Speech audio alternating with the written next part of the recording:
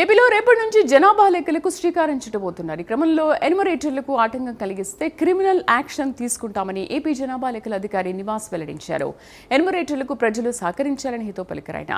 2 విడతల్లో జనాభా లెక్కల సేకరణ ఉంటుందని, రేపటి నుంచి హౌస్ లిఫ్టింగ్, ఫిబ్రవరిలో జనాభా గణన చేపడతామన్నారు.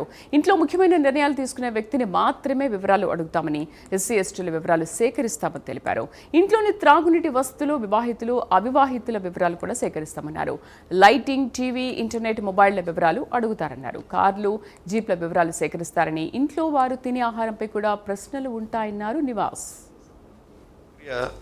2 విడతలో జరుగుతుంది. సో రేపు మనం స్టార్ట్ చేస్తున్నటువంటి ప్రక్రియ house listing and housing census అంటామన్నమాట.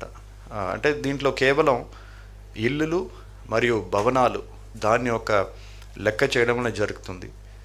ఇది ఎందుకు చేస్తామంటే, మనం పాపులేషన్ ఎన్యుమరేషన్ అంటే జనాభా గణన అనేది ఫిబ్రవరి 2027 నెలలో చేస్తాం.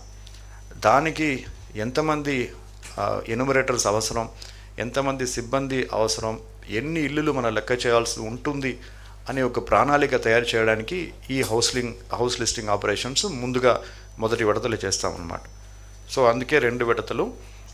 సెన్సస్ ప్రక్రియ 2 విడతలో జరుగుతుంది. సో రేపు మనం స్టార్ట్ చేస్తున్నటువంటి ప్రక్రియ